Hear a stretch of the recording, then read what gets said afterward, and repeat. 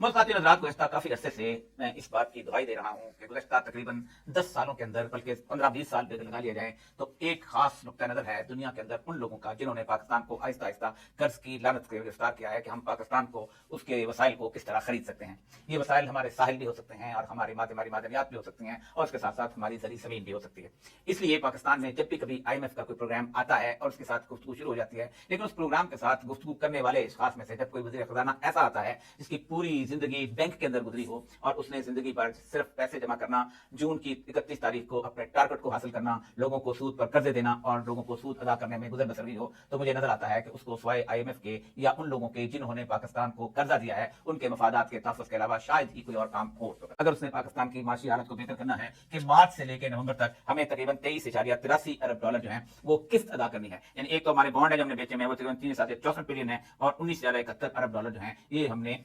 उन लोगों से लिए हुए हैं, लोग मुख्तलिफ पेरिस ग्रुप से लिए हुए हैं और मुख्तलिफ मुल्कों से लिए हुए हैं, उनको वापस करने हैं। तो ये वो पैसे कहीं से इससे ज्यादा कुछ मांग ले, मतलब अगर 23 देने हैं तो 25 अरब डॉलर के करीब मांग ले और मांग के उन्हीं लोगों से, क्योंकि अब तक दुनिया में कोई ऐसा अदारा रह नहीं गया, कोई ऐसा बैंक रह नहीं गया, कोई ऐसा मुल्क रह नहीं गया जिसके सामने हमने किशकोल न लेके गए हो, दामन न फैलाया हो और ये ना कहो कि हमें भीख दे दो, हमारी जिंदगी बहुत मुश्किल हो गई है। तो उन्हीं से दोबारा मांग लें और फिर उसके बाद हमें वो बाकी 3-4 अरब जो बच जाए उससे हम अपनी जिंदगी की गाड़ी चला सकें। क्योंकि इस वक्त पाकिस्तान के बजट की हालत यह है कि आइंदा अगर आपने फौज की या सिविल सर्विस की तनख्वाहें देनी है तो उसके लिए भी आपको कर्जा लेना पड़ेगा, क्योंकि आपका रेवेन्यू अब इस काबिल नहीं रह गया। इस वक्त जो पाकिस्तान की टोटल डेट है वो आप हैरान होंगे, वो पाकिस्तान के 70% GDP के ऊपर है। यानी जितना हम इस वक्त रोज कमाते हैं, खाते हैं, पानी, जितना हम जिंदगी के अंदर अपने लिए जिंदगी गुजारने के लिए जितने पैसे हमें मिलते हैं उन पैसों का कि पाकिस्तान के अंदर ये डेट अब नहीं निकल सकता। इस वक्त IMF का काम और कोई नहीं है, तो सिर्फ इस बात पे आए हैं कि हम आपको अगले 3 अरब डॉलर दे देंगे। और ये IMF के डॉक्यूमेंट में उन्होंने बकायदा ये उन्होंने एक ग्राफ दिया है कि जिस वक्त लोन मिलेगा 3 बिलियन का तो फिर पाकिस्तान की हालत क्या हो जाएगी, तो क्या बन जाएगा। तो ये उन्होंने इस डॉक्यूमेंट को, इसको आप देखते हैं, आप हैरान होंगे कि डेट क्राइसिस कुछ हो गया। IMF का डॉक्यूमेंट इसमें उन्होंने कहा कि 331 रुपए का आप डॉलर लेके जाओगे इस अपना साल के आखिर तक, शुरू में आप थोड़ा सा ले आओगे 300 पे, फिर उसके बाद, और इसको ताकि आपके पैसे जो है वो गिने और लोग आपकी चीजें सस्ती खरीदें, अपनी मार्केट में बेचें। दूसरा वो चाहते हैं कि इस वक्त किसी न किसी तरीके से पाकिस्तान के तमाम एग्रीकल्चर और उसके बाद मिनरल एसेट्स को खरीद लिया जाए। इसी वजह से कॉर्पोरेट फार्मिंग शुरू हुई थी और इरसा का जो चेयरमैन लगाया गया था वो इसलिए लगाया गया था कि ये जो इतनी बड़ी बड़ी जमीनें खरीद के बेचने के लिए कहा गया है, इन जमीनों के लिए पानी कहां से आएगा, और वो पानी जो है जाहिर बात है हम कहां से निकालेंगे और कैसे करेंगे, और उसके साथ साथ मादनियात का लेवल किसको देंगे। एटॉमिक बम के बारे में अक्सर लोग बातें करते हैं, वो तो सोचा नहीं जा सकता, लेकिन बार बार कहा है इसका हल सिर्फ और सिर्फ एक है, और वो पहला था एक है, एक तो ये है कि चीन के साथ आप तल्लुकात इस्तफार करें और आप दूसरी बॉडी से निकल आए, और यही काम इमरान खान करने जा रहा था, और जिसके ऊपर वो जिस वक्त ट्विटर से मिला है तो अमेरिका की जो उस वक्त कहते हैं एक किस्म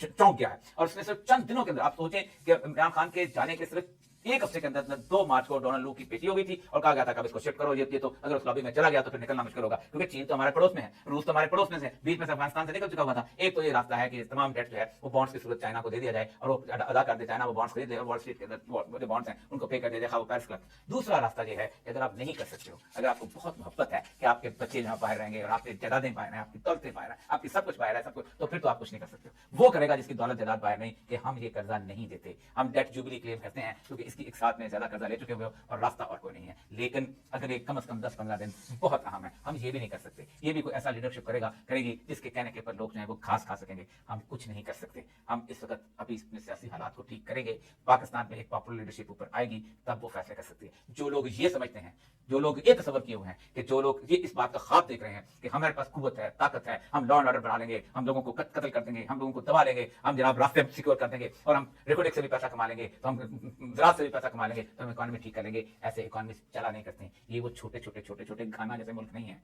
ये 25 करोड़ लोगों का मुल्क है। अगले 15 दिन 20 दिन जो IMF के नेगोशिएशन में आपको अंदाजा हो जाएगा कि हमने किस किस चीजों को बेचा है और ये मुल्क जो है वो उसको हम किस चीज से गिरवी रखते आ रहे हैं। लेकिन एक वार्निंग फॉर ऑल पीपल, जितने भी दुनिया के अंदर हैं, पाकिस्तान नहीं, याद रखो पाकिस्तान इस वक्त जिस हालात के अंदर है, पाकिस्तान में जब आतिश फटा तो फिर यहाँ पर कोई सील, कोई मोर नजर नहीं आएगी कि जो इंटरनेशनल एस्टेब्लिशमेंट की होती है, जैसे ईरान में हुआ था।